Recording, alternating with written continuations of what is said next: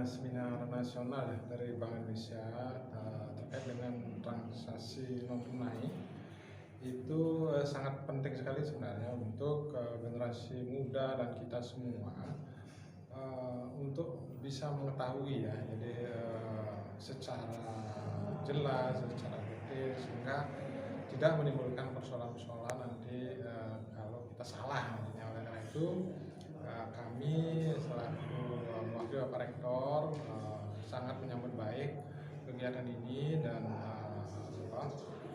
kami mengerahkan ya mahasiswa-mahasiswa, kemudian melalui luring maupun daring itu agar mereka bisa memperoleh informasi yang benar ya terkait quick response ini. Ya. Nah, untuk langkah selanjutnya pasca seminar ini bagaimana Pak? Apakah ada nanti penugasan khusus di Fakultas Ekonomi, mungkin sosialisasi lebih lanjut? Ya, tentu di sini kan kita undang sudah dari Fakultas Ekonomi ya, dekannya. Tentu ini harus ditindaklanjuti di Fakultas Ekonomi khususnya, karena di situ kan mata kuliahnya ya sangat terkait dengan hal ini ya, keuangan gitu ya. Oleh karena itu saya mendorong agar di Fakultas Ekonomi terus disosialisasikan secara masif, sehingga adik-adik terutama mahasiswa yang di Fakultas Ekonomi akan melek tentang keuangan, terutama keuangan non tunai. Ya. Terima kasih.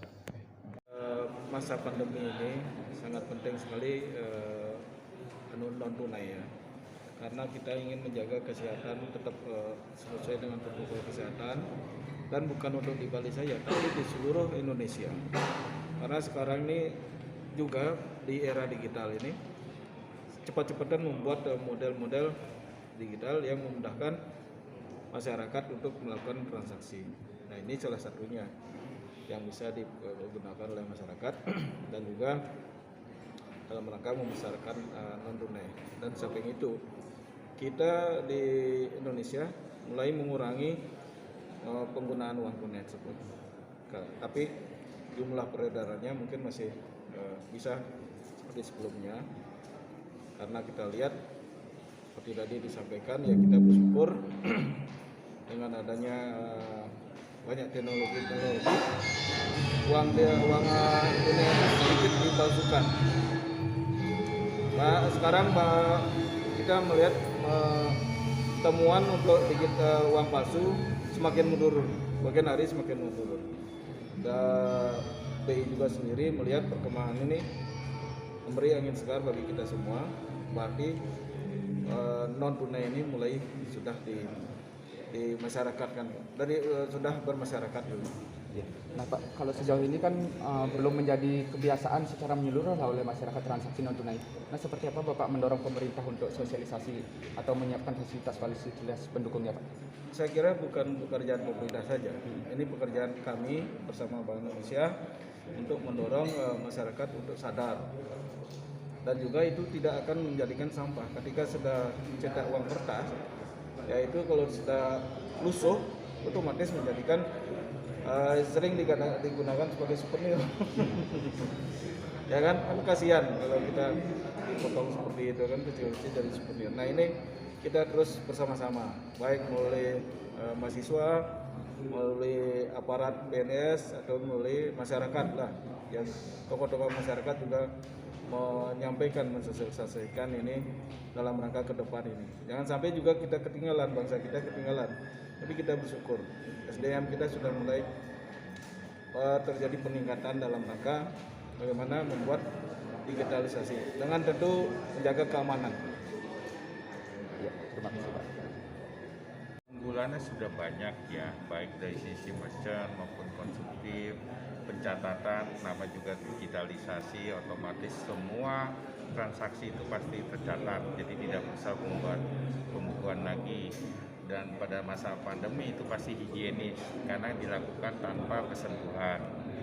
Dan dengan memanfaatkan teknologi ini, dengan masa pandemi ini tentu masyarakat bisa bertransaksi, yang merchant tetap bisa berjualan, sementara konsumen juga bisa membeli apa yang diinginkan, kelebihannya. Apalagi pada saat masa-masa sebelumnya, di mana mobilitas itu betul-betul dibatasi kan.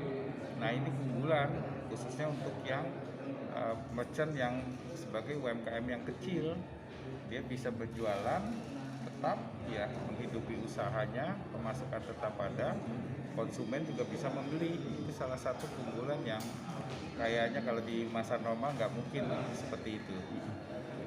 Nah, kalau tantangan sejauh ini apa Pak? Tantangannya sebetulnya ini kembali lagi masalah kebiasaan ya, karena berubah kebiasaan itu merupakan satu hal yang cukup sulit ya. Yang tadinya biasa pegang uang, seolah-olah tidak pegang uang, makanya saya bilang seolah-olah. Padahal uangnya itu langsung masuk ke rekeningnya masing-masing. Ya, kalau di Bali sih relatif secara infrastruktur kan sudah bagus ya. Jaringan kayaknya semakin banyak, semakin sedikit blank spotnya ya. Tetapi kembali lagi masalah kebiasaan pegang uang. Biasa kita khususnya orang-orang senior kita kalau nggak pegang uang kayaknya nggak afdol, dalam apalagi kalau dia sebagai penjual ya, maunya tuh pegang uang, padahal sama aja, ini merupakan berubah kebiasaan aja seperti itu.